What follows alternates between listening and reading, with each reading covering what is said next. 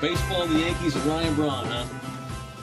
F all of them. Get them all out of the league, man. For years, I've never cared about steroids, and I don't care. I've always said they're entertainers. If Tom Hanks needs to do a couple of rails of blow to do a good scene for Saving Private Ryan, I'm all for it. Especially, like, you know, during the school year. Baseball starts in the spring, lasts until September. I'm going to take my kid to see the ball game on a Tuesday night during the school week, and I know I got to get up early and go to work, and it cost me $400 to go to this game when you consider the time and the traffic of the tickets and the hot dogs and all that kind of crap. Your ass better hit a home run. I don't care how you got that strong. Just entertain me. I still feel that way. However, I am tired of hearing about it. I don't want to hear about it anymore. Baseball refused to get him out of the game. Baseball handled it with kid gloves. And finally now, baseball players are the ones coming out and being critical. That's the only reason. Oh, Bud Selig's got balls now. Oh, it's because players are fed up with it too. Braun's being called out by Matt Kemp, other guys across the league. You think any of those guys that play with the Yankees want A-Rod to come back? No, they despise him because he's made the game look bad. So all of a sudden what's going on now is players are actually pissed, and they want to stop talking about it too. And that's good. And that means get them all out. Either get them all out or just put that crap on the dugout next to the damn bubble gum and the tobacco.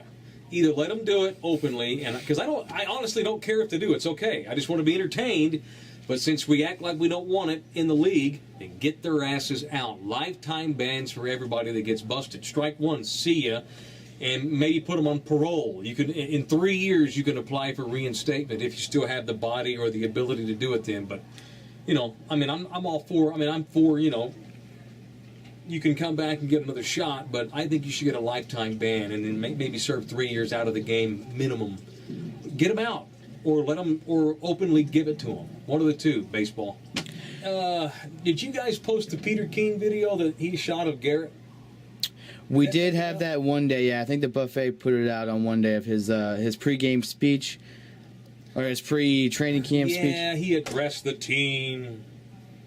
Something out of Friday Night Lights. You didn't really enjoy that? No, well, I mean, I heard some of it this morning for the first time. I finally got around to listening to some of it. It was cheese bag. It was contrived. It was rehearsed. You can tell that he did it in the mirror 10 times before he delivered it to the team. It was one cliche after the next. He's just not. But do you think that sort of thing works for some of those players? No, you got to relate to people. No, he's in the relationship business. It's what makes Mac Brown such a good recruiter, and it's what makes Kevin Sumlin such a good recruiter. Now, Kevin Sumlin and Mac Brown come from different cloths. They recruit differently, but they're really good at it. Why? Because they relate to people. They're themselves. They're genuine. And they have, you know, Mac Brown is the guy that every parent in the state wants their kid to play for. Kevin Sumlin's the guy who's super cool and wears a visor and hangs out with Usher, and kids want to play for him. Whatever it takes to recruit, they both, in their own way, naturally, organically, are effective in recruiting. Jason Garrett doesn't relate to people. He comes off. You can be a Princeton stiff. Just be a Princeton stiff. Just be real. Especially, I mean, I'm talking about Mac Brown recruiting. He's recruiting high school kids. Some of these ball players that Jason Garrett's talking to are 35 years old in there, man. Grown-ass men with families and problems and bills and issues and all. Dude, don't come in here and BS me with some contrived, made-up speech you wrote last night. This isn't a cheese bag Disney made-for-TV movie. Just be yourself, even if you are a Princeton stiff. That's okay. Don't come in here and fake coach me. And I think that's what Jason Garrett does. He has studied coaching so much, so long, he's overthunk it, and he's not objective, and he's not himself. He is a little bit of Jimmy, because that's one of his mentors.